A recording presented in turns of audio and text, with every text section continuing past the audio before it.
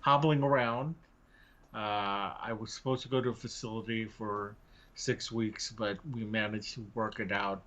So, with the help of my mom, who is a wonderful person, and I can't say enough good things about my mom. Everybody, be nice to your mom, uh, because she's really the one that's helped keep me out of the facility.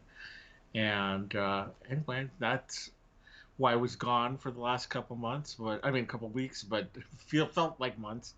Uh, Right. but I'm glad that I'm not going to be gone for another few weeks because of, again, my mom. So that's my harrowing story, and I'm sticking to it. And anyway, that's Nice. why I was gone for the last couple months. So anyway, we've got a lot of news to go over today. So why don't we just go into it? I'm glad that I'm not going to be. We start our news from within the castle's gates, highlighting Disney news. So Disney will be able to open in yellow tier at 25% capacity, which basically means Orange County will have to have less than one new case in 100,000. And right now it is at 4 to 7. So it's in currently in the red phase.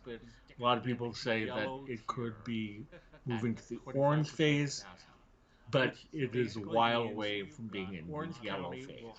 So who knows how long that's going to be? It could be. A lot of people are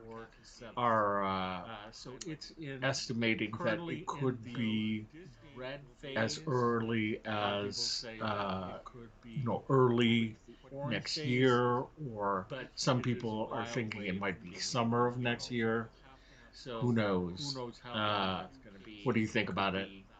A lot of people So living here in Orange County and in the close proximity to Disneyland, mm-hmm. realistically, we're not going to get to Orange anytime soon.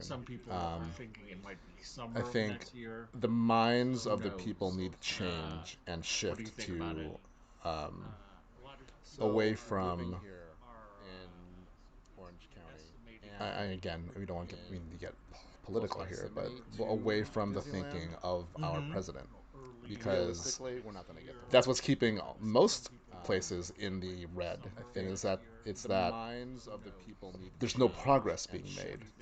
Yeah. So anyone who's hopeful that it'll happen by the end of the year, that's not going to happen. Like once we get to the orange phase, then we have to be in that phase for 2 weeks straight. Yeah. And if we and it's not a one-way slider, it can go back to being red, and then once that Right. happens, it starts over again. So Right. Exactly.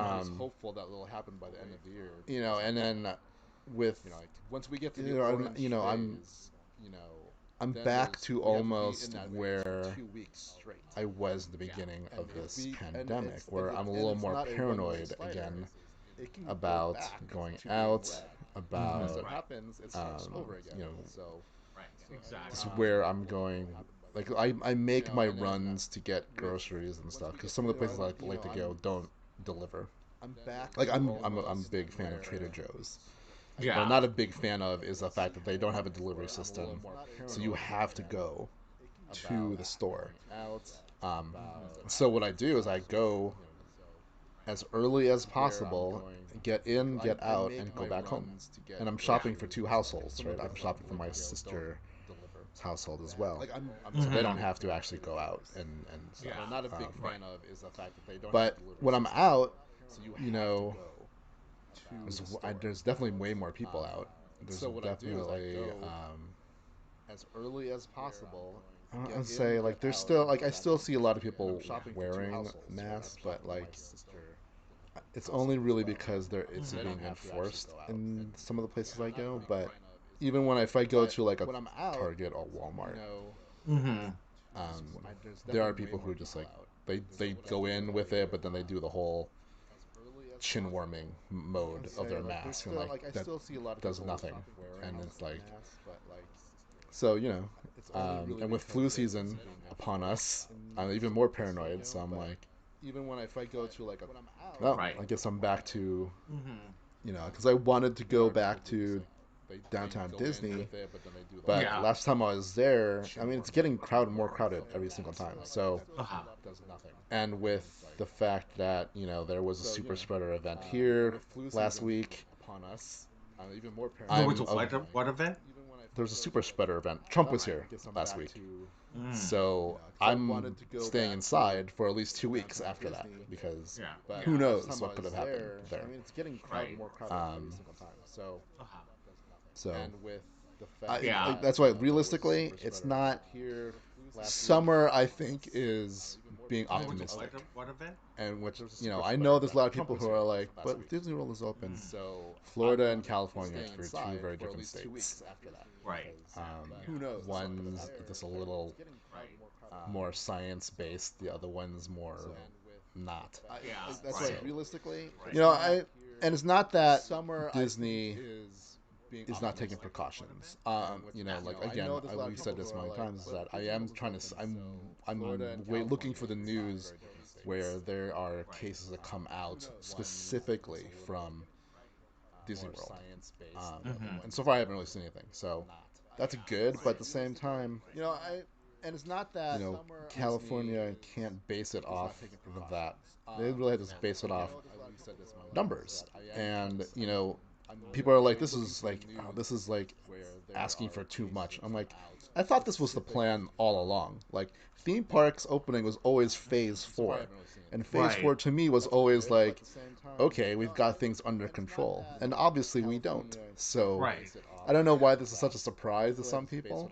I think a lot of people are saying that there's some kind of hypocrisy because they're now, they allow certain inside gatherings to happen, and some say that they're maskless, and I, I say,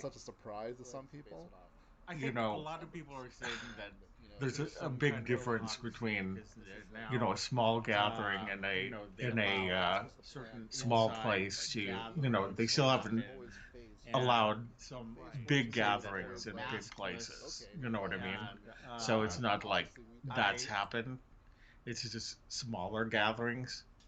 um I just think that I understand that people want to get back to Disneyland. I miss it more than anything. I would love. I mean, like once they say that it's going to open, I'm going to jump on it. You know what I mean? Uh, that's how much I open it. I mean, I miss it. I want to go back. I mean, yes, there's going to be always a part of me that's going to be, out. Should I or shouldn't I? But I know myself, and I know that I want to do it. But that said, you know, I totally agree with Governor Newsom. You know, we are in the middle of a global pandemic, and people forget that because we've been in our houses for so long. People are going stir crazy. So Yep. I totally understand. People are going stir crazy. They want to get out. They want to do things, but we're in the middle of a global pandemic, and Disneyland is not a right, it is a luxury. And I get the fact that people are not able to work.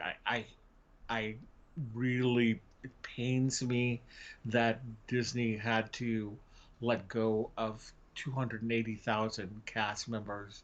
I mean, it just pains me so much.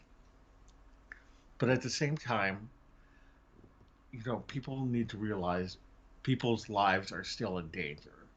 Yep. And this is something that it's a precaution that needs to be taken. And I think, I've said to many people, Orange County needs to fix itself. more than anything. If it wants to get to tier one, it can do it, but it needs to work on itself. And that's the thing.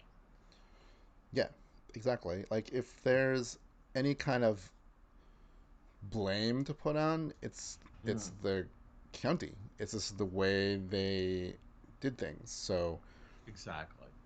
if That we whole hullabaloo about maskless, going around without masks and things like that. Those are exactly the reasons why it's in red. yeah, um, you know, uh, we could have been in a way better position. We should have been in a way better position months ago, but here we are.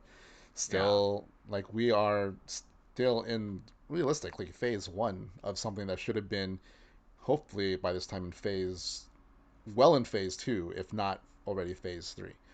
Right. Um, but for everyone who's really you know impatient or just like we need to open up now, you got to do the work before you can get the spoils. You got to adhere to the science, and if we all did that for 2 months, we would be in a better place. Except people just keep complaining for these 8 months, and we're still in the same spot.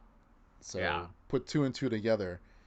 If we, as a collective, did what we needed to do, we can be closer to where some other countries are that are like we have no cases, you know, Right. and stuff like that. Um, I And mean, and go ahead. I was like it's telling that our neighbor to the north is shut us out because they Hmm. don't want, like, they're in a way better spot than we are, Right. and they don't want to mess that up, all Yeah. and rightly Exactly. so. So Exactly. Well, and for the people who like compare it to Walt Disney World, I've heard it's getting to be a hot mess over there because they increased capacity, and a lot of people are not following any kind of social distancing guidelines or anything like mm, that. I think that they changed the rules, from what I understand, that don't, still tell people to socially distance, but they don't have to do a lot of anything else. But I heard that people are not social distancing as well. So I don't know. It's yeah, very interesting. It'll be very interesting to see if Walt Disney World starts developing COVID cases. yeah, with the combination of the flu season, it's going to be in. I mean, when I say interesting, it's going to be almost kind of like worrisome about what's going to happen. Hmm. Especially when you hear like even the rest of the world is starting to see a second wave.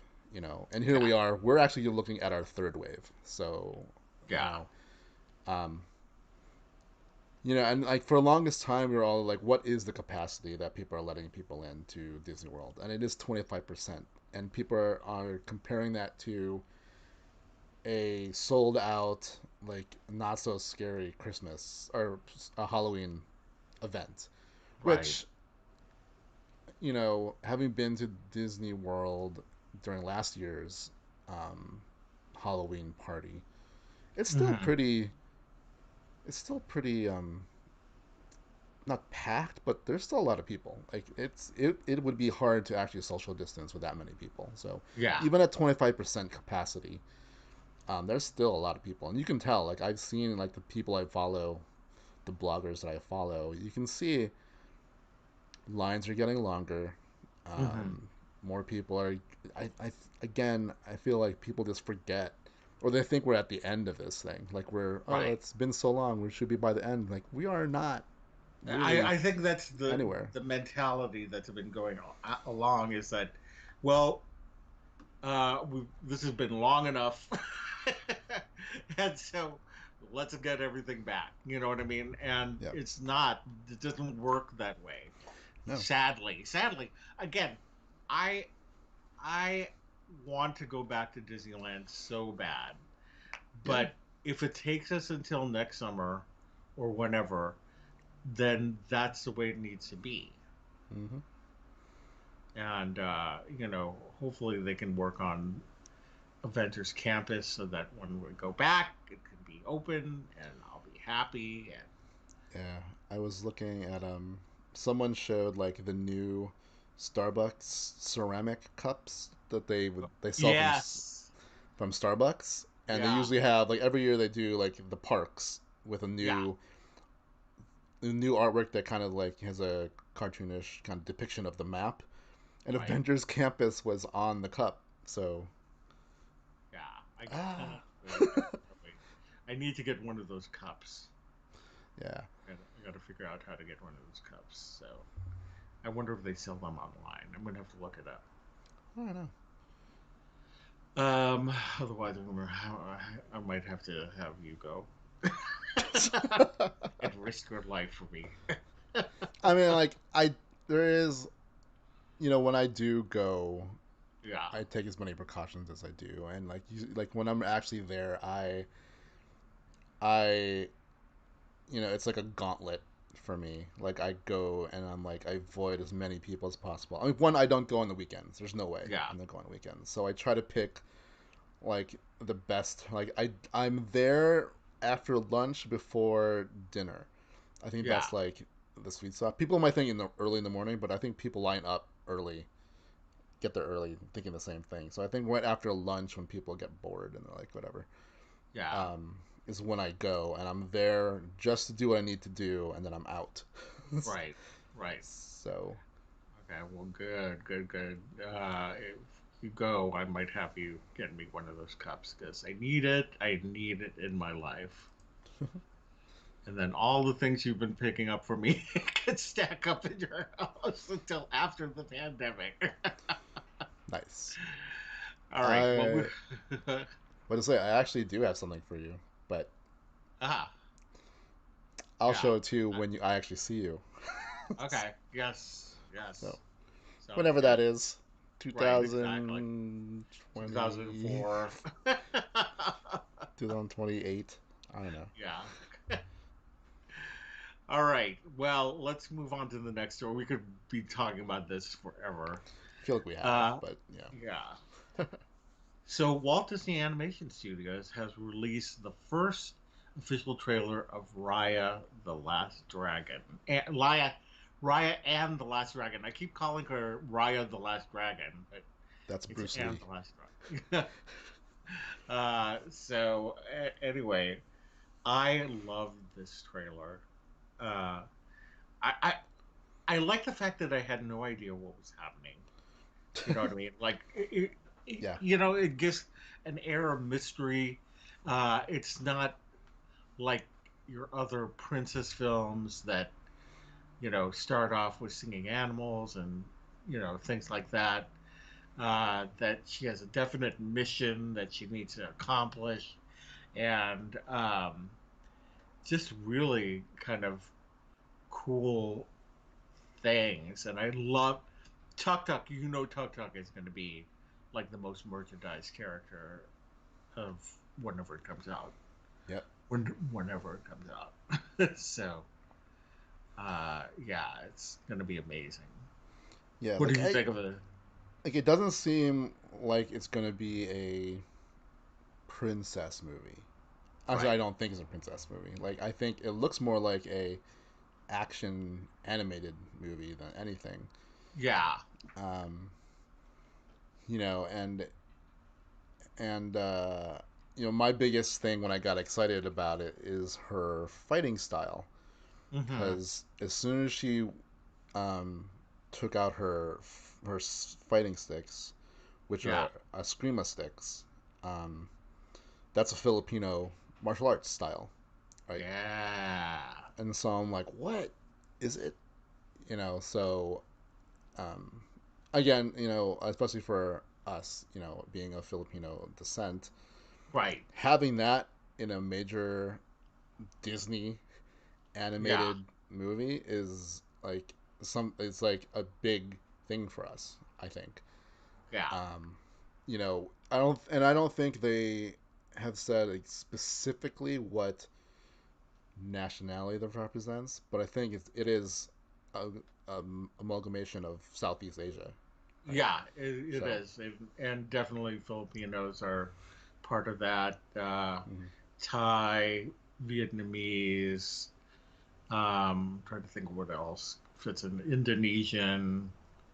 Um, so yeah, it's very cool. It's going to be like Moana, where there's no, It's is not. she Tahitian? Is she Samoan? She's Right. kind of amalgam of all of All of that. those different Yeah. people.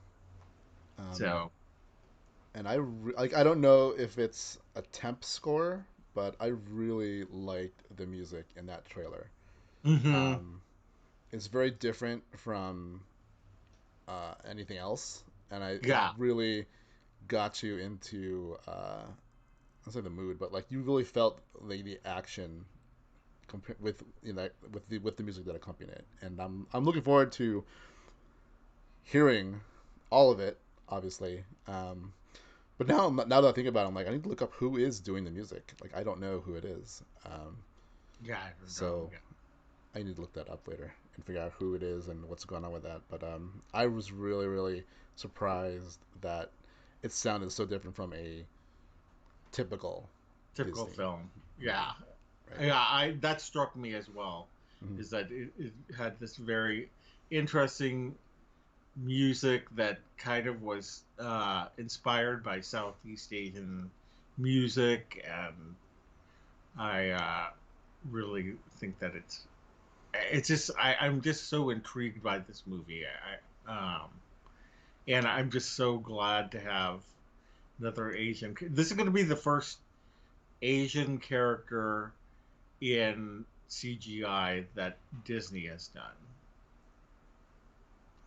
Yeah, it has a very if you're familiar with like Avatar and The Legend of Korra, a That's very what somebody similar else was saying. vibe. Yeah, I mean, like there's obviously gonna be differences, but I mean, it feels like it's in that realm.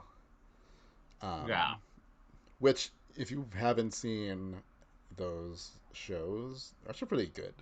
I know it's Yeah, like a Nickelodeon show, yeah. um, but I mean, it's really good show. Like, don't judge Avatar: The Last Airbender off the live action movie. Don't, just don't. Yeah. Just get that out of The your head. that Yeah, that's what I heard is that the series is much better Yeah, I than really enjoyed Korra, The Legend of Korra. hmm And the thing is, you don't because I saw that first, so you don't necessarily need to see Avatar because that's Avatar happens first, Yeah. but it's a different story. I mean, there's connections, but you can watch Legend of Korra without hmm watching Avatar because I Well, did and I followed it that's and it was fine. And then you go back and you're like, oh, okay. And so it would be yeah. almost like watching the original trilogy, like the way we did it. We watched the original trilogy first, even though there's connections to the prequel trilogy. You hmm didn't necessarily need to see the prequels to understand what's going on in the original trilogy.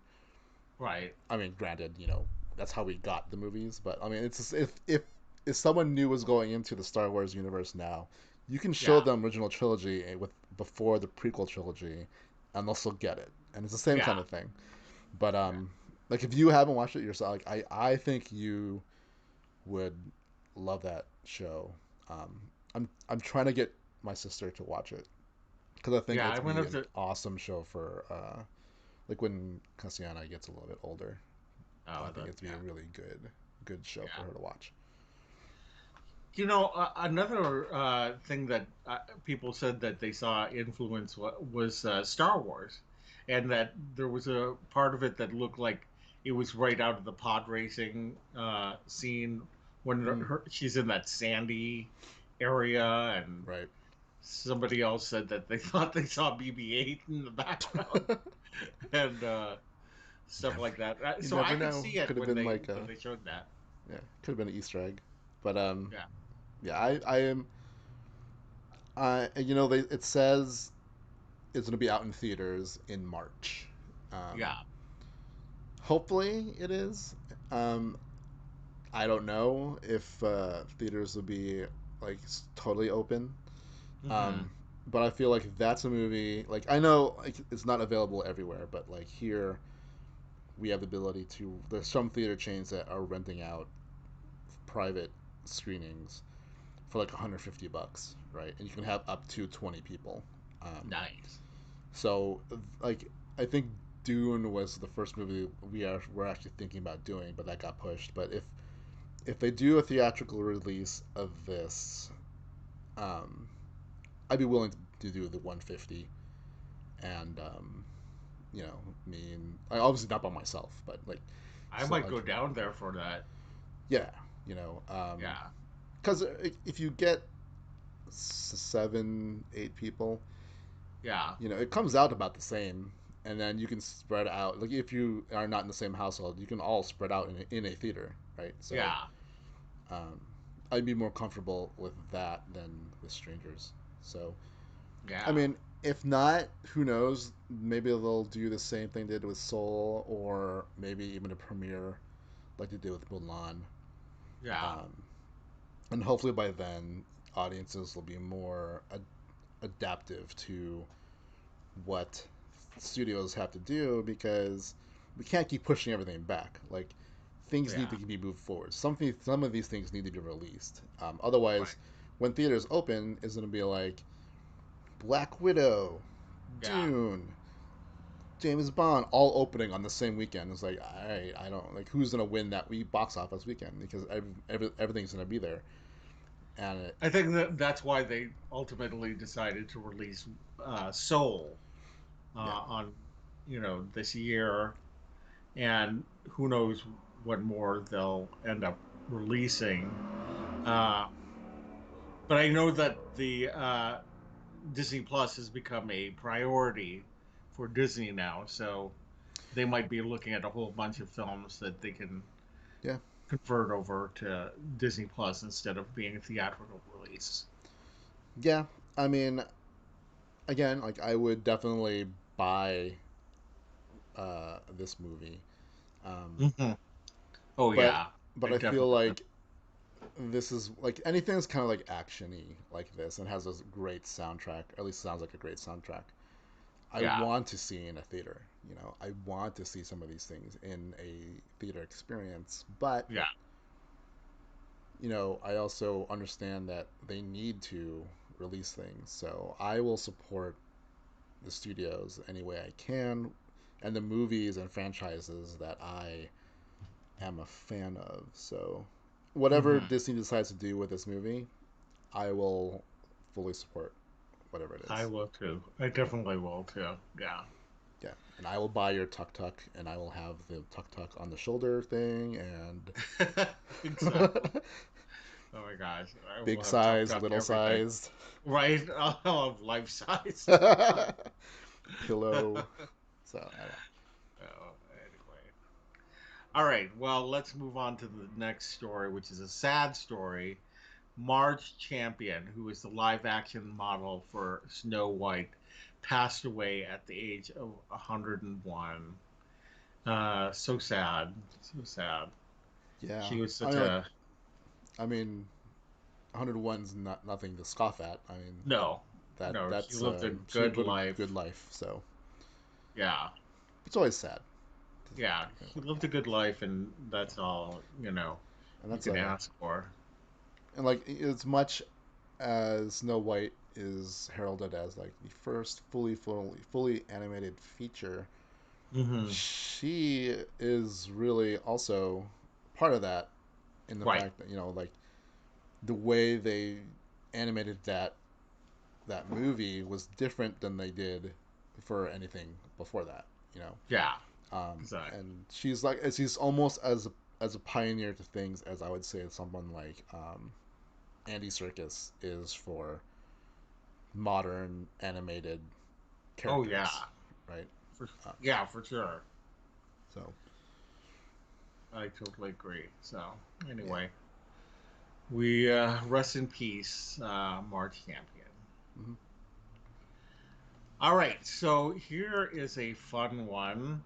Bette Midler released a photo showing a reunion with fellow Sanderson sisters Sarah Jessica Parker and Kathy and Jimmy from the production of In Search of the Sanderson Sisters, a Hocus Pocus Halloween takeover, which is an hour-long documentary like special that will only be broadcast once on Friday, October 30th, and only available through paid virtual ticket for $10.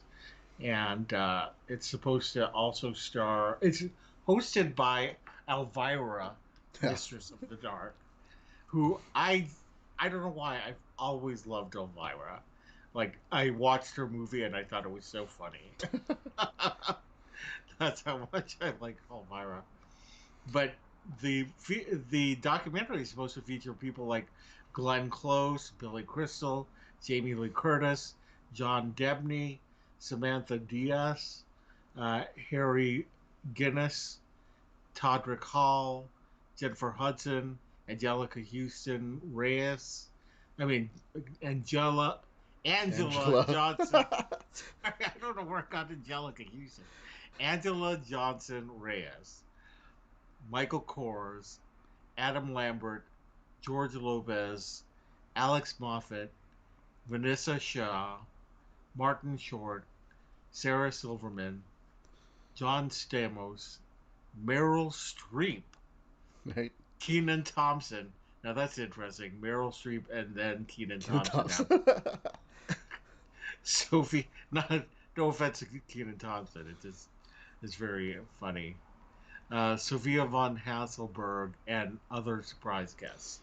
It sounds like it's going to be an amazing documentary. And guess who? As soon as I saw this news, guess who bought his ticket? I did. Of course you did. I know. I was just like, I gotta get my Yeah. ticket.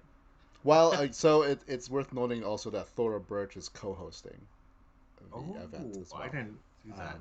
I saw that in another announcement for it, so which is Yeah, pretty cool because obviously she was in it. yeah. It's a little girl. Yeah. Yeah, it looks like Vanessa Shaw is also another one that's returning for this. She was in that movie as well, Okay. but I don't know. I don't see any other names that I know. Yeah, like it wasn't I wasn't the demographic for this movie, um, but I might have to also buy a ticket because I'm curious to see what it is, and Mm-hmm. just like the people who are involved. I mean, Billy Crystal and Martin Short are, Right, are going to be right, in this thing, exactly. so it's like, what is it? Like, it's interesting to me where there's like I'm guessing it's like a mockumentary Yeah, of sorts. So I don't know if it's going to be like a documentary like as if they were real or is a documentary of the movie like making of or like this the like like because there's a cool documentary about Galaxy Quest um right. where it was about the movie and the impact it had on people and if it's going to be like that or if it's going to be straight up like let's make a mockumentary about the Sanderson sisters. So I Yeah, think it's either hard to way, tell. yeah, because you only see a production shot of the three of them behind or in front of a green screen, so it could be anything. Yeah, But they are back in costume, so that's why I'm like, what is it they are doing? Like, what right. is it that this like? What does it mean when they say documentary? Like, so I'm curious, and that curiosity. I mean, like, I can't remember if the $10 is also for like some kind of charity or not. Because there's a lot of these like reunions Yeah, that it are is. doing charity. Like you buy a ticket to watch it, but it'll proceeds go to charity and stuff like that. So, It's for the New York Restoration Project, I think. hmm. Something like that. Something.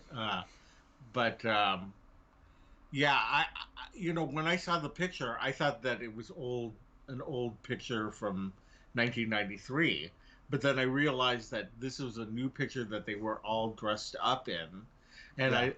I thought, boy, they look great still. I mean, like for anybody who, thought, will they ever be able to match what they look like in the 1993 film? They managed to do it. I thought, yes, Kathy and Jimmy is a little bit slimmer, and Sarah Jessica Parker is a little bit older, but other than that, I mean, Sarah Jessica Parker is still amazingly young, but she was so young. She was like a baby Yeah. when she first started, and this was well before Sex in the City. Oh yeah. And yeah, I saw an interview of her during that time Mm-hmm. talking about Hocus Pocus. I'm like, oh my God, she is so young in that movie. It's Like, crazy. is this after like Flight of the Navigator?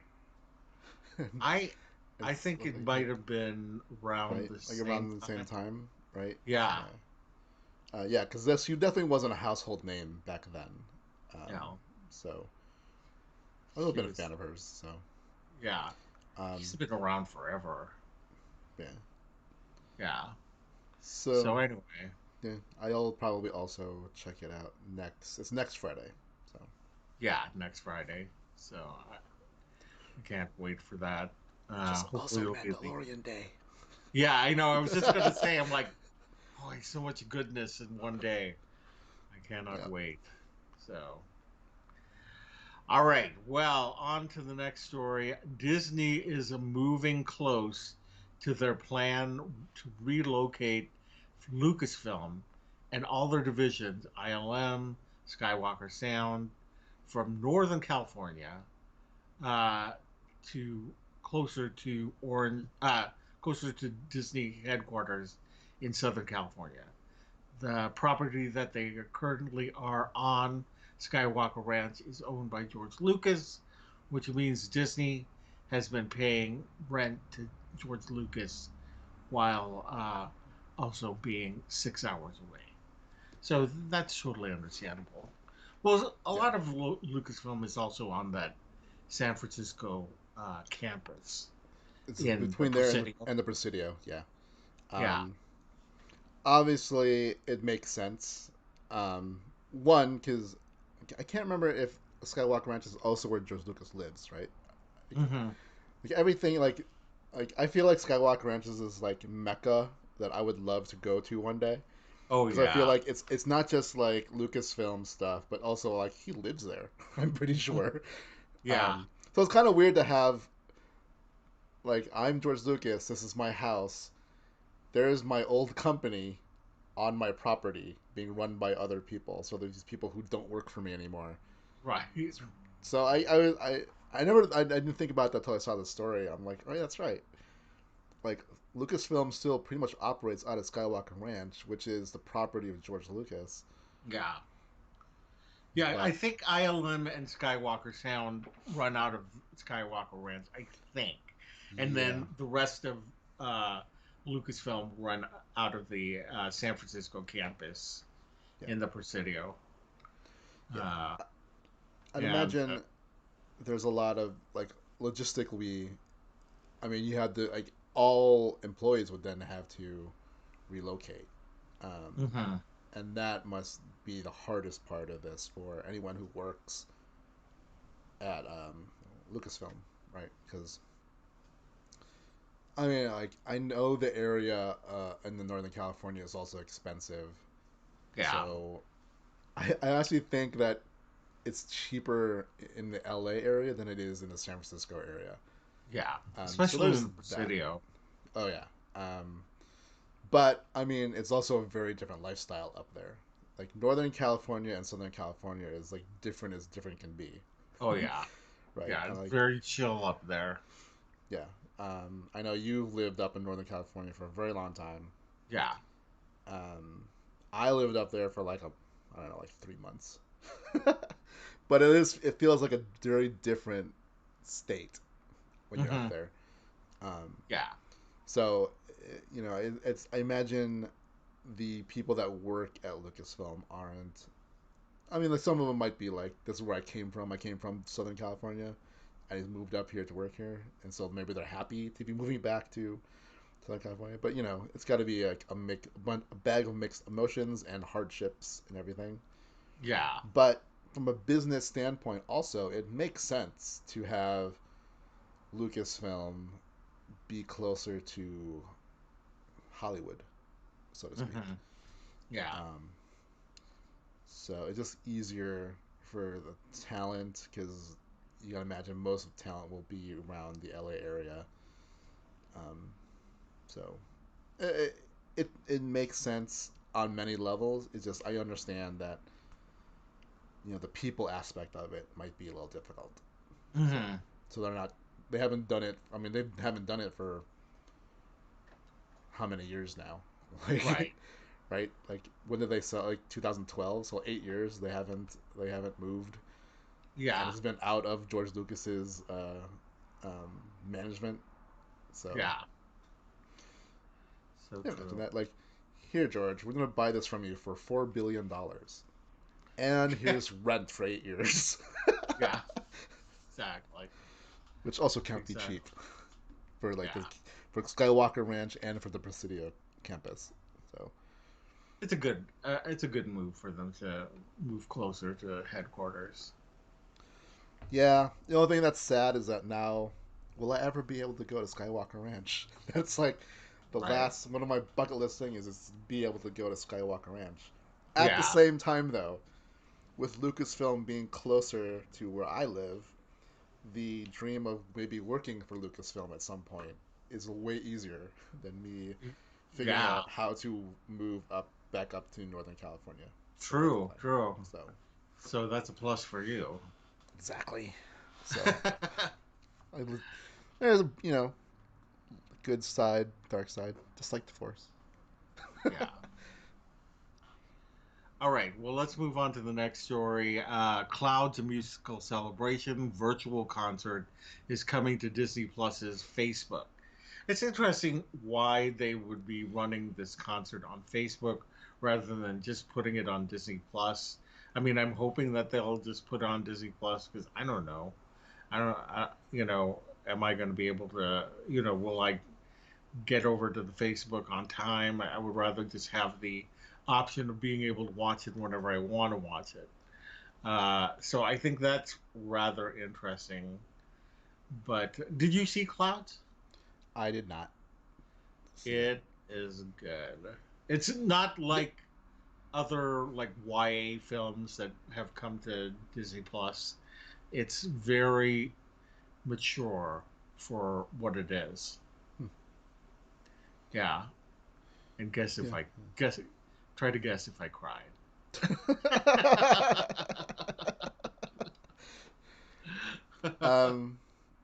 No, I like there's no secret. I've said this many times on this show that my time is so limited that it's very hard for me to sit down and watch a lot of things that I want to watch. Yeah. Which is a good problem to have, I guess, if you're me, because I do work on a lot of stuff. So Yeah. it just so, topically sometimes I can't chime in and be like I haven't seen it. Yeah.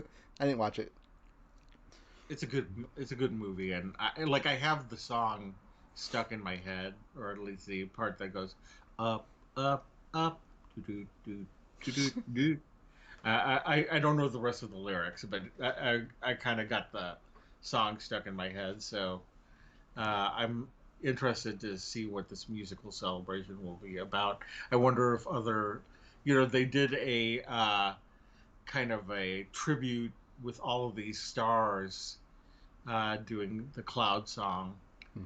And so I wonder if they'll do something similar to that or re air it or something. Because I haven't been able to see the whole thing. Just what they showed on this one documentary that, man, I watched there was a documentary of his last days directed by the same guy who directed the movie. Mm-hmm. And, oh, you want to talk about being in tears. God. I mean, because this guy and his family and his friends are basically talking about this guy's last days, like they know it's coming, Wow. and I just I don't know what's worse, to know that somebody's going to die, or to have somebody pass. I don't think that it's easy for anybody. For any of these options are easy, but man, that thing just destroyed me when I watched that documentary. And anyway, it's really good. If you get a chance to watch it. Uh, all right. So the next story is that everybody's talking about Jamie Starr, Broadway star. Why is this a star Broadway? John McCrae is joining Disney's Cruella. Now, I've heard about everybody's talking about Jamie, but Yeah. I actually don't know about it. But I put this in there because I just thought it was, interesting because everybody's talking about Jamie. Everybody's talking about him, and he's going to be in Cruella. So I didn't know if you knew anything about it. No, again, like you, I've heard of it, but I haven't. I don't know enough about what it is Yeah. to speak on it. I think what's interesting to me is I thought Cruella was already done or filmed already, or Yeah, because I apparently feel not. like there's been pictures of um Of well, am I what's her blanking name? on her name? Oh my god, Emma Stone. Emma Stone Yeah, in the getup, right? yeah. So I thought, and I feel like that was months ago. So I'm like, did they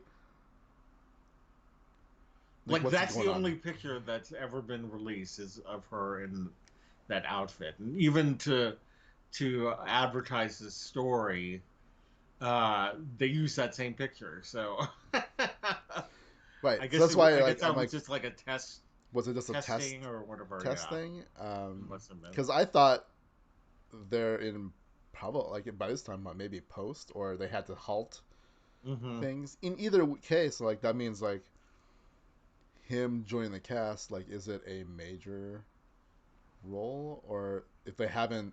You know what I mean? Like it feels very late to be casting for that movie. Yeah, I mean, I think it would be a major role because of the um, I think that there would be a lot of publicity about it, and you know, people are going to want to know what he's playing and stuff like that. So Right. I wish I knew more about it. I wish I knew more about everybody's talking about Jamie. I know that they released a trailer for the movie while I was in the hospital, but I didn't get a chance to watch it. So I'm gonna have to go back and watch that trailer and see if I know what everybody's talking about or whatever. So, Yeah. anywho, all right. So the next story is that Crazy Rich Asians director John Chu will direct a Willow sequel for Disney Plus. And at first, I thought this was one of those like, you know, will he be doing it or what, but Lucasfilm put out a whole Whole thing press about it. release. Yep. Yeah, and so this is like real stuff. Now, Yeah. it did say that he's directing the pilot and then will become an executive producer along with the showrunners and Ron Howard, who was the original director, and that the writer, whose name I forget, will be a production consultant. So they got all these old forces with new forces. I think it'll be really interesting. Yeah. I rumors of a Willow series have been around since Disney Plus, probably a little before Disney Plus. Like, is it Yeah. going to be a movie? Are they going to do a series? You know, especially after Ron Howard directed Solo. Hmm. You know, his return to Lucasfilm, and I think now it's like, all right, it is happening. Yeah. Is Willow on Disney Plus? Yeah, it is. Okay. I need to watch it I because need I to watch haven't it again. seen it I just since like the 80s or whenever it came out. I can't remember. like, But yeah, and Warwick Davis is also returning as I Willow. mean, obviously you can't do a Willow series without Warwick Davis. Yeah. At that point, if you're not going to do it, then just don't do it. Without if you're not going to get Warwick back, then what's the point, right? Right. So even if it's like, and this is his child, I'm like, yeah, but it's still called Willow. So, yeah. Did they say anything about any other, aka Val Kilmer? No, I haven't heard anything else. Reprising his role, reprising as what's a Mad Mardigan. Yeah, I mean, it seems like they're trying to get all of the kind of older people to join in on this. So who knows what other characters they could get to come in and play things. Right. Yeah, so who knows? Val Kilmer. I mean, what's Val Kilmer been up to? That he Well, would project a role. well, the problem with Val Kilmer is he had throat cancer or Oh, I something. did So not like, know that. no, yeah, because he was in Jay and Silent Bob reboot, you know, Mm-hmm. but he didn't have any speaking lines because he still had like his voice is not the same anymore. Wow. Wow, Um, I did not know he had throat cancer. yeah, so the story, like he as a when he was um, learning the trade back, I can't remember what school he went to, but Mm-hmm. he always complained about doing like vocal exercises, and he's like, Mm-hmm. I don't hate this, but it's fun. But he was saying like it's pretty much those exercises saved his voice, because if he didn't Wow. do that, he would He'd probably have have no lost it. voice. Yeah. Wow. So Wow. um, so that's what's going on with him and why he's kind of disappeared. But I feel like he's in Top Gun, uh, which is another movie which I want to see on a big screen, but Right. who knows when that's happening. But you know, I don't know if he would be a major player. Like, but it would be awesome if they can bring, obviously, him back. And I can't remember who the woman is in there. Like, I know, like when I see her, I know her, but I can't Mm-hmm. remember her name. Yeah. That's gonna bug me. Now I gotta look it up. Yeah. But John Kasdan is the writer Yeah. who wrote Solo with his I think he's pops. one of the showrunners. Yeah, that too. Yeah.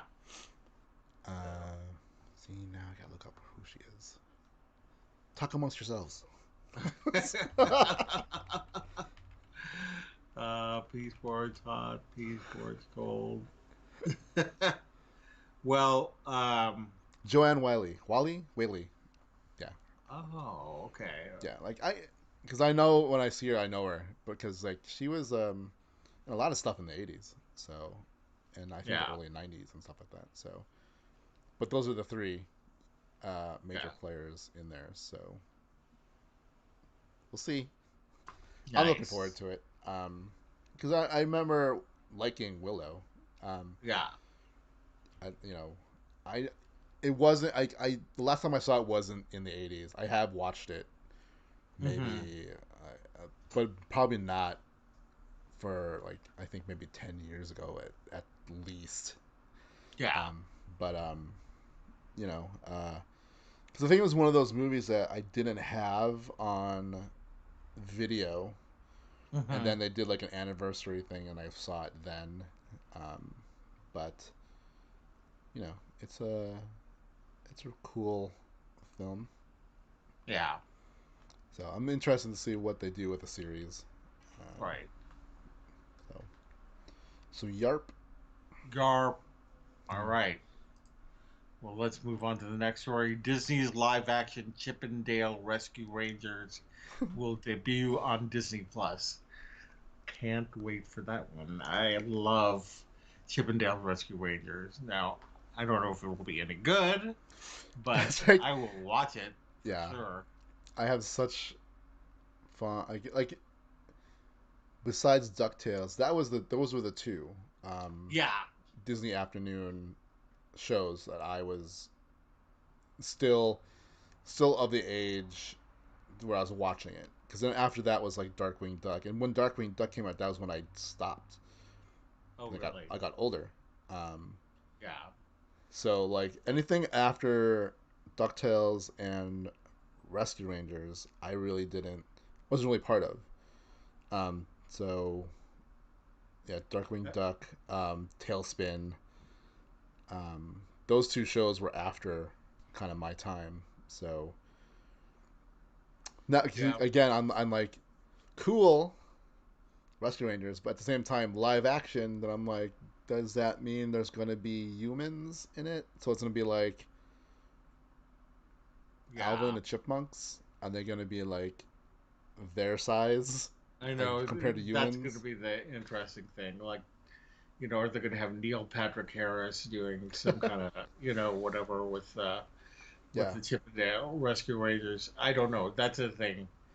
Uh, we'll have to see because, as they say, it's live action. Now, could be like, I don't know, complicated CGI. I doubt it. I know, like so, Live, live, life-looking CGI of like, Rescue Rangers. is live action coined by Disney itself, or is it a story? Because you know how like the Lion King, a lot of news press and whatever called it the live action remake of Yeah. the animated Lion King, but I don't think Disney officially ever called it a live action because it's not. It's just a CG updated version Yeah. of it. Because let's be honest, it is still animated, so it's not like there's live people in it. Right. So that's why I'm curious: is it going to be more in the vein of the Lion King, where it's just the same, characters as we know it in the same kind of universe, where it's, you know, like DuckTales. Mm-hmm. I wouldn't want to see a live action DuckTales with like them as actual ducks in a human world. You know what I Yeah. mean? Yeah. Um, so I'm curious. Like, I would hope that's closer to the show than a now we're throwing them into the world of humans instead Right. kind of thing. Right. Yeah. Because then I'm less like, well, why don't you just do the Rescuers? Right. Which makes Right. more sense to do a True. And I would love the Rescuers show. right. Like that would be. I would love the Rescuers as a live action film. Yeah, it would make more sense. The Because Rescuers. that takes With them place in- in a human world. So, Yeah. um, Hmm. so I hope that they do a live action remake of the see Rescuers. Disney, you just hire me. Yeah, that's it. That's it. She should just do this. Yeah, Genius. You're hired. exactly. Vice President Exactly. of Creative, whatever.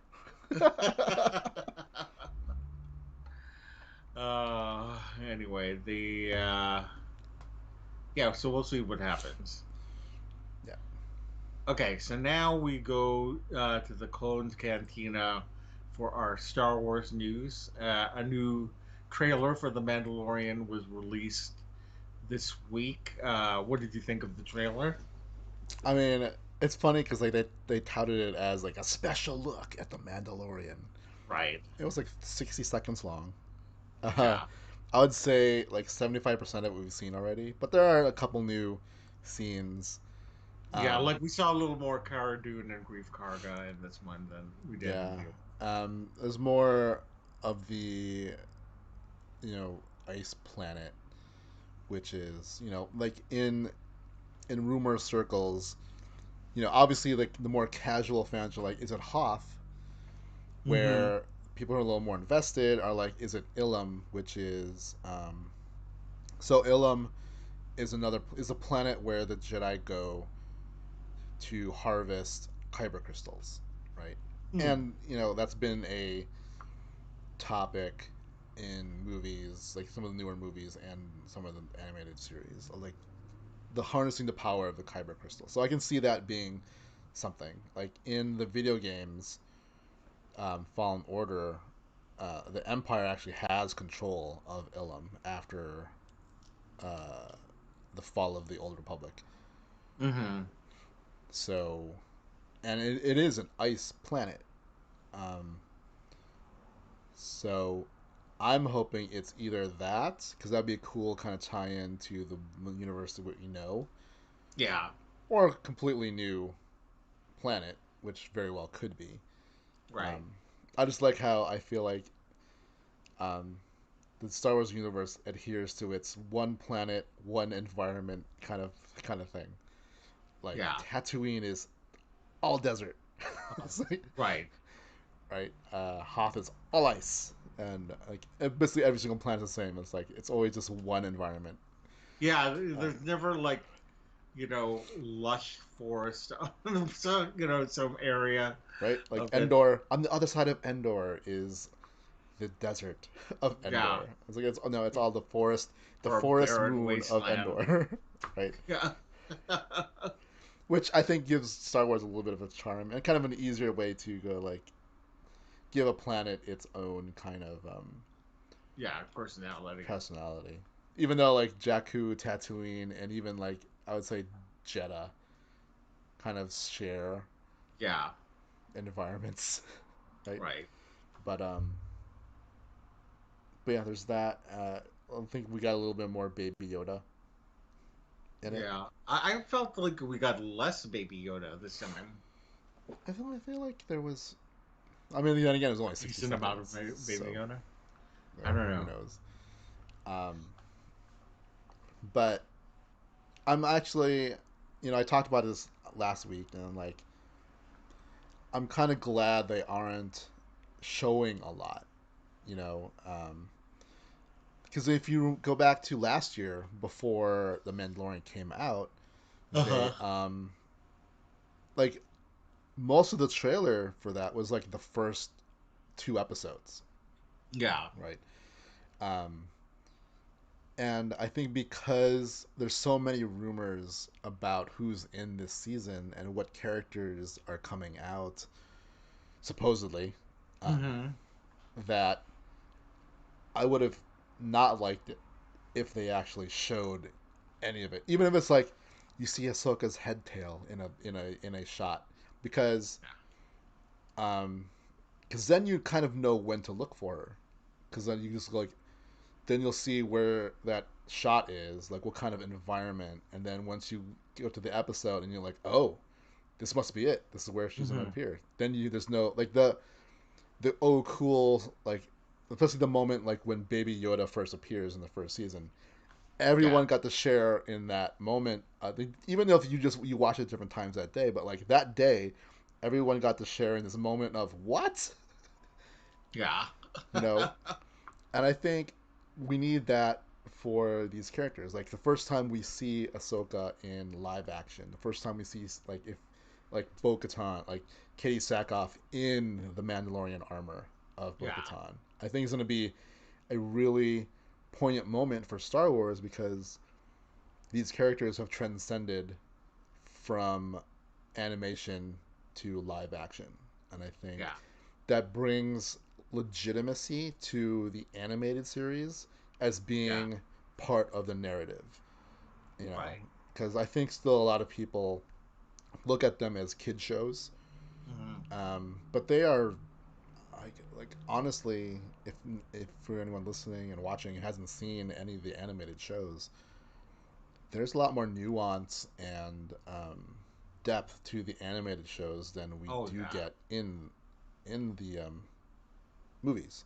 Yeah, So definitely. Definitely. yeah, like Sure. some of the best Star Wars is still from the animated series. Like Yeah. Rebels, I think once it found its footing, is one of my favorite Star Wars stories uh, Mm-hmm. to date. So check it out.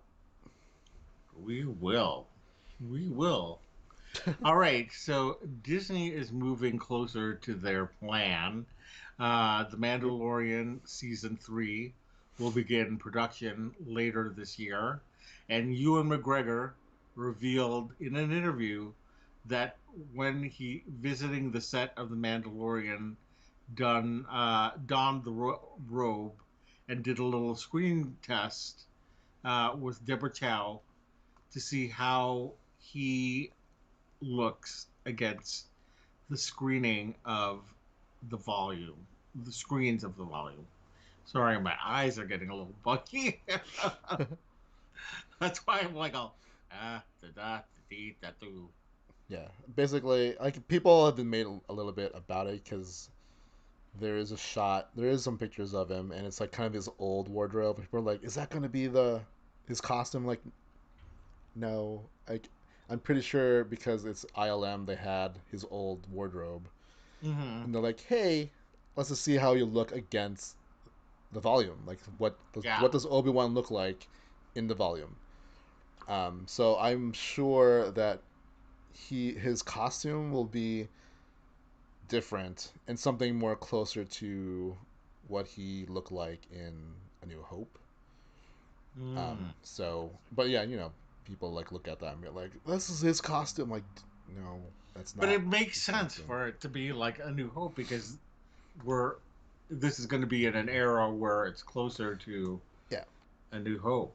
yeah. Or I'm saying like because his what he wore looked more closer to his Clone Wars, his yeah, prequel look, and I I'm see. like, I'm pretty sure they haven't even like made his actual outfit yet because like production doesn't start until March. We just like, and if he visited the set of The Mandalorian, this means this was before COVID.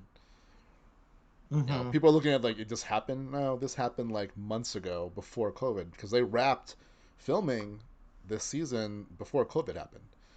Right. That's why Yeah. they were able to like. That's why we are getting the Mandalorian next week is because everything else is post production. Right. And they once they figured out how to do all that at home, Yeah. they were able to do it. So they didn't have to film anything anymore. Right. So this set visit would have been way before they started working on physical costumes for Ewan McGregor for this series. Mm-hmm. So people freaking out that he looks too much like Obi-Wan from the prequels.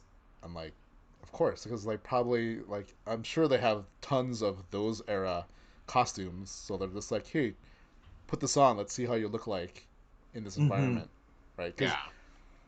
I mean, like there was scenes from last season on Tatooine, so maybe they just shot that on the screen. Maybe they like here's the cantina or here's Mos Eisley. Let's put you in there and let's see what you look like. You know what I mean? Yeah. Um, so I don't know. It's just more Star Wars fans being Star Wars fans, picking things apart. Nerds. And I say that proudly as one of them. Yeah, So. but he this was in like a podcast interview, and he was just like mentioning, yeah, production's gonna be starting in March. Um, he did a screen test with Deborah Chow. Like he really likes her, and he's happy that they're gonna get to explore the character in a series instead of a Mm-hmm. movie because it gives him more time Yeah. to really flesh out Obi-Wan. So Yeah. I yeah, love that a woman of color is, really coming into her own in yeah, this, in this new era of Lucasfilm. yeah, and she helmed some of the better episodes. Like I like all the Oh episodes yeah. from last season, but I think hers, like she was definitely more action driven on hers, which Mm-hmm. I'm hoping that means we get to see Obi-Wan in some action, right? Like Oh, I'm sure we will. you know, I'm sure we will. yeah, because like he was also asked like, are you training for lightsaber stuff and like all that stuff. Like I think he says something like it's gonna take a while for him to get back into that kind of thing, but again, this was months ago, so How old is Ewan McGregor? God, he's got to be in his like 50s. I know, that's what I was thinking, is that he's got to be at least as old as I am. I'm not sure. I was just curious to see how. But then I keep thinking all these people are older than me, and then they're like all end up being like 8 years younger than me. I'm like, what the? Right. So, I don't know. I'll tell you, he is. Oh, he's 49. So he's younger than me. See, again, I mean, not by much. I mean, he's 2 years younger than me, so I it, I knew that he was kind of around where the age that I was.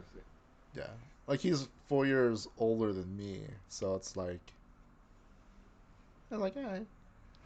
Yeah, But like, it's funny because like, like when you see them on screen, they do seem like, oh, they're so much older. Like, yeah, no. yeah, I mean, like, but our age, like, what is a couple years? It's all the same at this point. yeah, So, yeah. um, but he's definitely, I mean, closer to Obi-Wan's from A New Hope than he was to Obi-Wan from the prequels. Mm-hmm. So, because Alec Guinness was like 60, I think, when he did. I don't know, Yeah, but I feel like he was like 60 something yeah. I think he when was he when did he it. did New Hope. Yeah. So. Yeah. So yeah, because wasn't he the same age as Mark. Mark Mark is Hamill now. was? Yeah, Yeah. So. that's so amazing to think. Yeah. So. So anyway, all right. Well, Kelly Marie Tran, Billy D. Williams, and Anthony Daniels all have joined the cast of the Lego Star Wars Holiday Special. Cannot wait. Did you I think see it the comes out poster? November 17th. No, I haven't seen it. There's like I don't know if, like it's weird when something to call it a poster when I don't know if they actually have a physical poster, but it's like Uh-huh. it's basically just a red backdrop, um, a Lego hand wrapped in a bow, and it's something to like to Luke love Vader or something like that. I think this thing is going to be so hilarious. I'm It's hoping so cool so. to see people coming back for it. Yeah, I wonder who else is starring in it.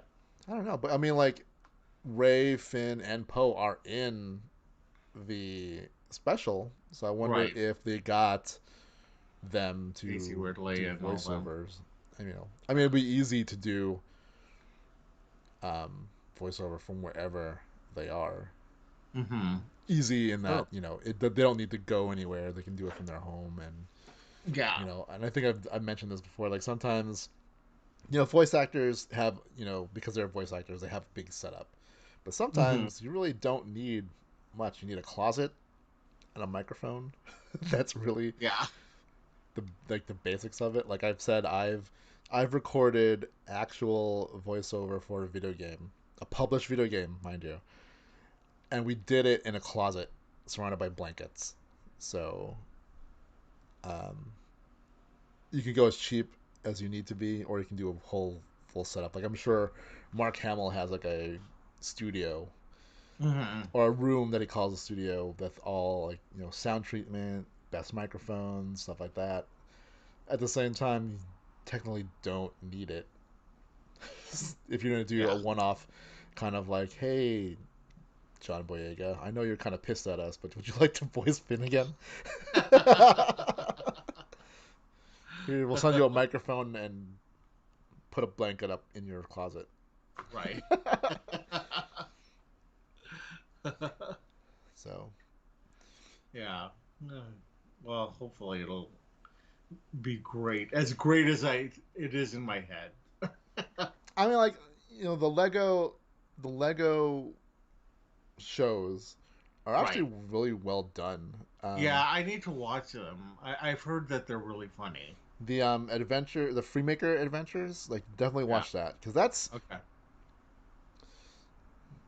it's not canon, but Mm-hmm. They have been, I can't remember where, but they were mentioned in one of the other shows, like one of the live action or animated shows. So it's Hmm.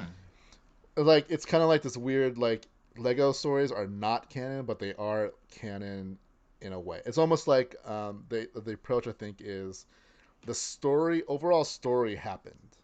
Yeah. It's just told in a very cute way, right? Is it kind of like a Life Day where they're now recognizing Life Day, but it's not really a thing yet? Or like it could be like these story like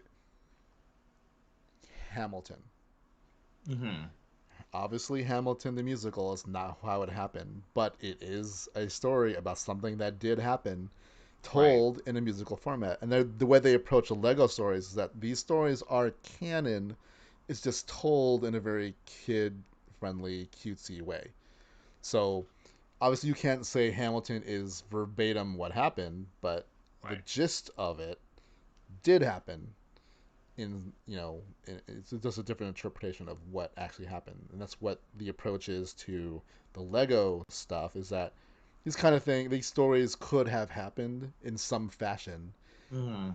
but this is a telling of it in a very different format. So that's why I Right. say like the easiest, the best kind of a comparison is a musical, like a musical about a real person. So Hamilton the musical, you Yeah. can't you're not gonna obviously we know that Alexander Hamilton did not rap with Lafayette and all of them Yeah. in a bar. Because one, they didn't all meet at the same time like that. But the overall story did happen. So, and Yeah. that's how we had to look at some of these things, like the Lego stories, and also like the books that they have um, from a certain point of view. Some Mm-hmm. people are like up in arms about some of them, going like, "This can't be canon." It's like, no, they can be canon, but it's like it's just a telling of an actual event. Like Yeah. when we there's so many iterations of Robin Hood, and it's Mm-hmm. based off a person, but which is true and which is not, or what's more realistic, no one really know. Like I know there's being invented. Like I know like some show I was watching was trying to figure out what is the true story of Robin Hood, Mm-hmm. and is it really based on someone? It could be just as simple as like a quick story about someone who robbed from the rich to feed the poor, and then they Mm-hmm. made into this legend of Robin Hood. It could Right. be just like that. It's something that could have happened, just told by a storyteller, which with all the um, uh, like freedom of interpretation of Okay. expression. Marvel could have a multiverse. Star Wars can have a Yeah, multiverse. and it's not even like a multiverse. It's just you know again, it's just how the story is told. Mm. Like Star Wars, A New Hope. There's the movie. There's a book. There's a comic. There's a Mm-hmm. children's book, all telling the same story. Yeah. One's not less legitimate than the other one. It's just how you've told the story. You Right. know, Right. Cassiana, our niece, has A New Hope in those little Told in a children's very books. different way. Yes. Yes. Golden. It's Golden Buckle. technically it is the story of Star Wars, Right. just told in a very different way. But Yeah. it's still the story of Star Wars. So that's what these should be taken as. It's like not like historical documentaries, but as based on a true story movies and Mm-hmm. musicals and stuff that we have. Like you know, all the movies that we watch based on true stories, a lot of it's dramatized for movie's sake because sometimes what happened in real life is not as dramatic as the movies because you're also there to entertain. But doesn't mean that's exactly what happened. Like the Lincoln movie, that's not a obviously the overall thing happened, but not every single scene that happened the way they told it. And Mm-hmm. that's what these are. These are just interpretations of what probably did happen in a universe, in a galaxy far, far away that happened a long, long time ago. So, Okay. All right. Okay, well, let's move on to the next story. ILMX Lab has released a trailer for the VR experience Star Wars Tales from the Galaxy's Edge, available on Oculus Rift on November 19th. You're going to get Oculus Rift? No. I so I've been waiting for VR to improve before I invest in something. Yeah. I think this next generation is when I'm finally going to get one. So when the PlayStation 5 comes out and their next version of VR comes out, I think that's what I'm waiting for. Because looking at the specs of this PS5, it looks like there's going to be like the next generation of VR is going to be wireless. Because everything's still wired right now. So that's why I haven't really invested in it, because it's like the first generation. But I do at some point need to, because I'm missing out on stories. Like, this is something.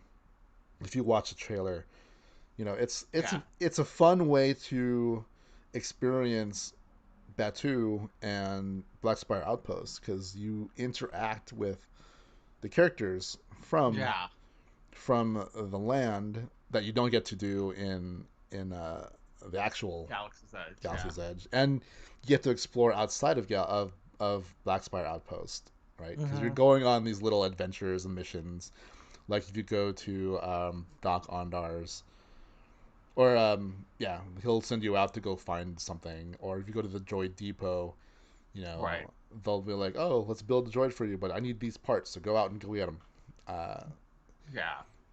And then there's some action in it because you're fighting like pirates too and stuff like that. But it's a cool, like, when I'm watching it going, I know these locations, like I've been there physically, and they recreated it in VR with Star Wars characters in it. Like there's gonna be more, feels more immersive and those kind of things. So at some point, I'm hoping to get into it, because that Vader Immortal, that whole storyline in VR sounds intriguing to me.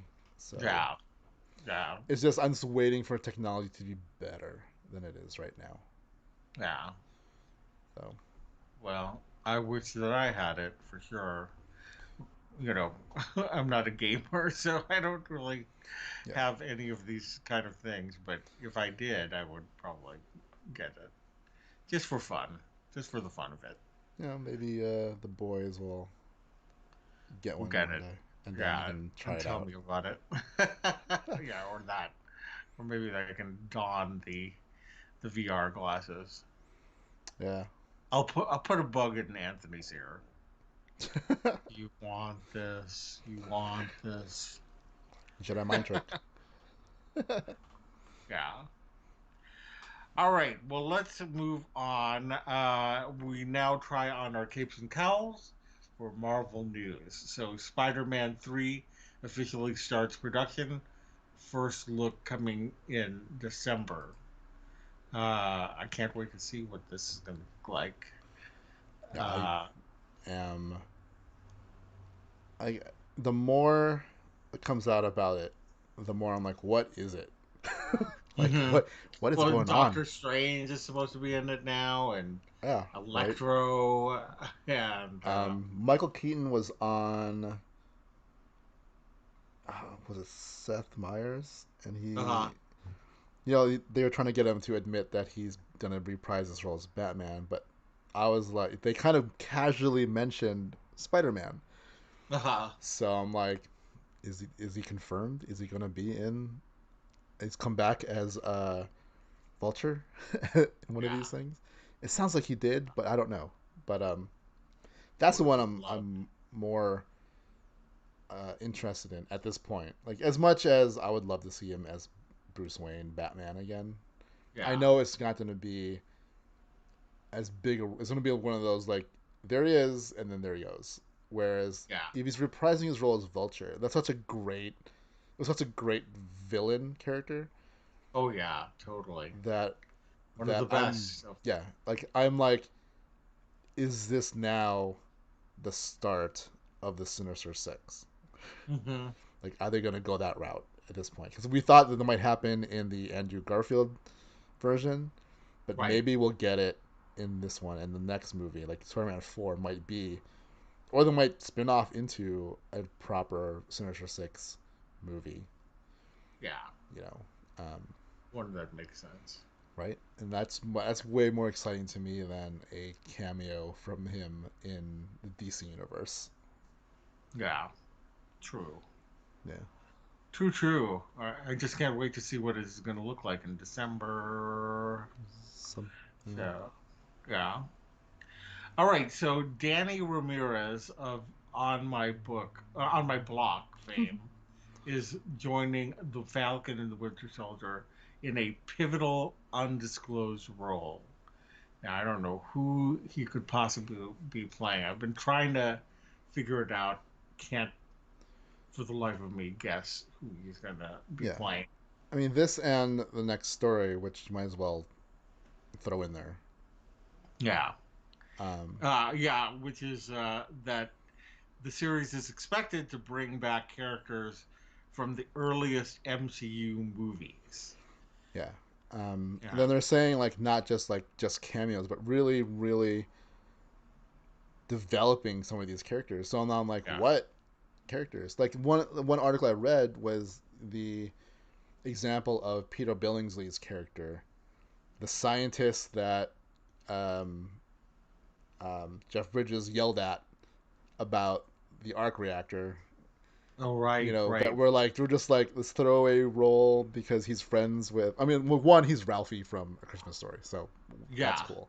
But two, like he's buddies with Jon Favreau, so he's there. But then they brought him back in Spider-Man, and he played like a pivotal part of the plot. And you're like, what?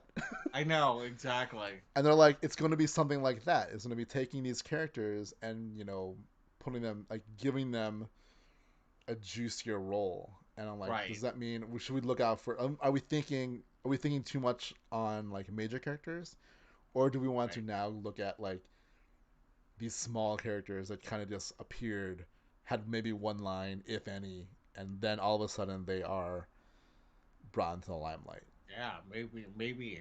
I know that Batroc the Leaper is definitely one of them. So they may have smaller and more major characters, because I would love to see them, give more of develop more of Batroc the Leaper as he was in Winter Soldier, because I thought that he was a fascinating character, and he could definitely use more screen time. So here's my bet. I bet we're going to learn more about the guy on the helicarrier that was playing Galaga. Mm-hmm. Like that character. All of a sudden is like... Yeah, the Galaga guy. I mean, like, it could be. You never know. Like, the way they talk about it could be anybody. So I'm like... who knew that Peter Billingsley was going to come back? Right? Like, obviously it's Falcon and Winter Soldier. So now I'm thinking of the Captain America ties. But then it could be in the Avengers movie. Or who knows? Like, Darcy is from Thor, but she's going to be in WandaVision. So, you know, that connection, like, who would have thought that connection would have happened? So who knows who's going to be... I mean, also... Betty Ross from Hulk, maybe? Yeah, bring back Liv Tyler. I'm all for it. Who knows, right? So now I'm looking forward to knowing, like, what does that mean? Who's going to be in this? Like, I just want them to come out. Yeah, like that kind of news excites me, makes me more excited about Falcon and Winter Soldier than I was before. Mm-hmm. Because now I'm like, oh, what story are they telling? Like, what's going on here? Like, even with Danny Ramirez, I'm like, who are you playing? That's pivotal. Mm-hmm. Like, what does this mean? Yeah. So, because we just get like a couple shots that we've seen already, and usually when they mention Falcon and Winter Soldier now, it's just like it's them in this hallway. It's like nothing, and not even in costume. It's just like, Bucky's just wearing like a hoodie. Yeah. And Anthony Mackie's just wearing like street clothes, like no bird costume or whatever. Right.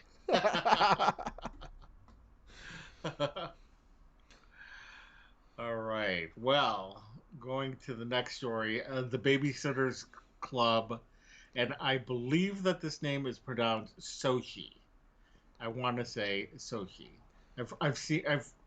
I've heard people pronounce this name before, and I'm almost 100% sure it's Sochi, and then somebody's gonna call me on it. But Sochi Gomez, as it will be right now, will join Benedict Cumberbatch in Doctor Strange and the Multiverse of Madness, and she is rumored to play America Chavez. I mean, they do this all the time, where it's like, here's somebody who looks like somebody and could be America Chavez. Right. So But who knows? It fits the narrative. Um, Yeah, like I do feel like they're building up, and we've said it before. That, like at some point we're gonna get a Young Avengers type story. yeah. I think that they're definitely going to introduce her, and Right. it's just a matter of who's going to play her. If it's her, great. I'm all for it. You Yeah. know, and I think that she would do a great job. And I just want to, oh God, I just want to see all of these things. Like, I just need Marvel in my life again. I can't. Yeah. I'm having, I'm having night sweats because of it. Yeah. I mean, like there's so much. Like I if in WandaVision, like obviously we see them have kids, but they're like babies. Hmm. But not knowing how that show is gonna play out, I mean, they could. It seems so open to almost anything at this point, like moving Hmm. forward, backward through time, multi universe kind of stuff. That who knows? Like they might actually introduce Wiccan and If those babies, Wicked and Speed, feed, yeah, like in older form. right? Then I'm gonna sit there and go like they are definitely making a Young Avengers because they cast them as older, and then now Oh you yeah, have Ms. Marvel, Wiccan, Speed, um, possibly America Chavez. Um, right. throw in Squirrel Girl somewhere, Spider Man. Yeah, something. I know. God, that would be That would my be awesome to have Spider-Man be the leader of the Young Avengers, yeah. right? Because he's like too young still ish to be a like A full a fledged. full Well, fledged. he is a full fledged But Avenger, but I but mean he's still a maybe the kid. Avengers look at him to lead a new generation. Yeah, That exactly. maybe that would be the thing. Like, because like I don't think they could kick him out after the whole Well, Infinity yeah, yeah. War game. Yeah, yeah. It's like, Uh, all right, so you're an Avenger, but you like maybe he's like their mentor kind of thing. yeah, Like the mentor, you, let's see how them. you do with these guys because they can't like it's one of those things like all these heroes are popping up.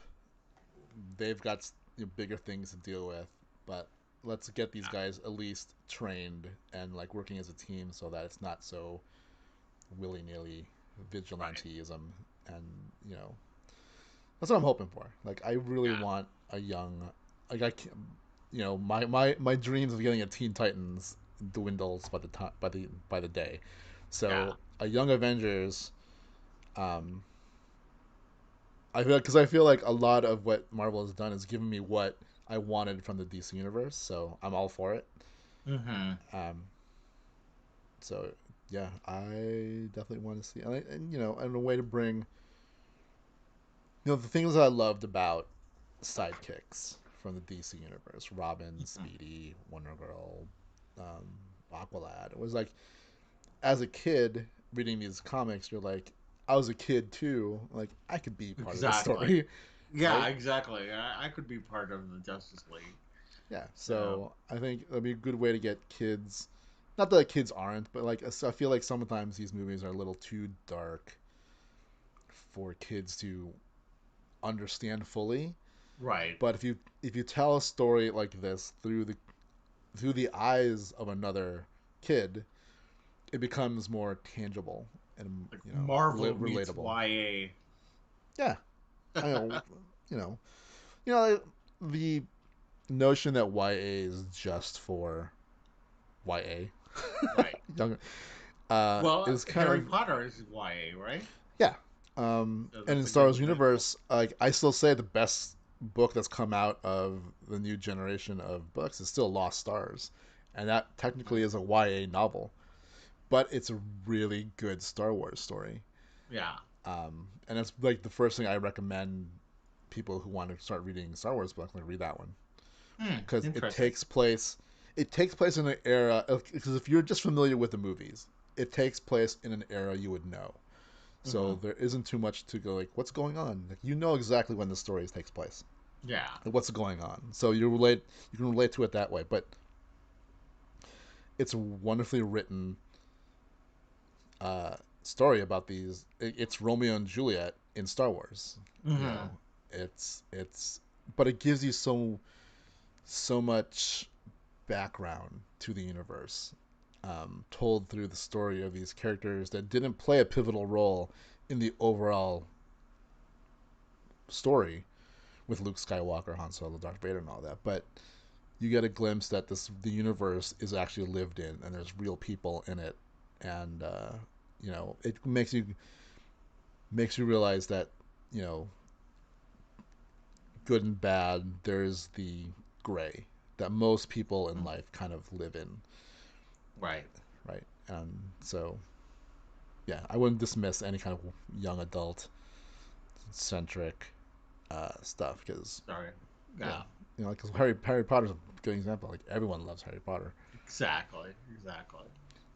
So All right. Well, let's move on to the next story. Chris Hemsworth has said that production for Thor: Love and Thunder, I don't know why he was having a hard time with that one, will begin in January, and that he's excited to try new things. yeah, Now, I don't know if that's spicy food or what, but well, um, um, because so also to tack onto this, Natalie Portman was on one of the shows. uh, Maybe it was Jimmy Kimmel, but she's already there quarantining to start work on Thor: Love and wow. Thunder, and she's actually going. She said she was like, um, she's doing the training because she's playing, the mighty Thor. Yeah, she's going to be. Um, so she's like, I dread every day I have to get up and have workout days because it's like they're putting her through the ringer, right? But she's doing it, Oh, so she's in it. Like she's like, it's gonna be funny. It's gonna be exciting. She seems genuinely excited to be yeah. there, and of course, working with Taika Waititi, like she's just like loves that guy. So Yeah. it's cool that she's showing enthusiasm for something. Um, I I bet that's why she came back was because of Taika Waititi oh, I'm sure. to I'm work with him. sure. Yeah. Because I was surprised that she Right. came back. Yeah, and but I'm glad because it's always a bummer when they have to recast somebody, Yeah. and so it's nice to have that level of continuity. Yeah.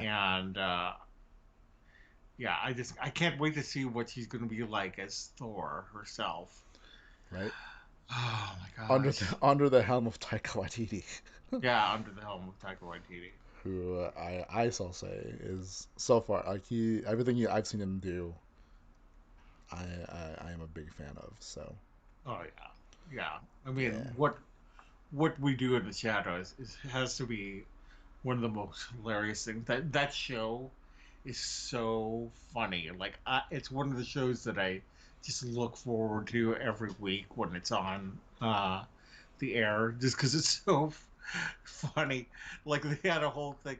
I mean, I know that Taika Waititi is not quite as involved with the television show, Yeah. but he definitely was with the movie that it's based on, and he did a cameo in the television show, so he's not like completely devoid of Right. you know I mean, it's being. still is the DNA is all over it.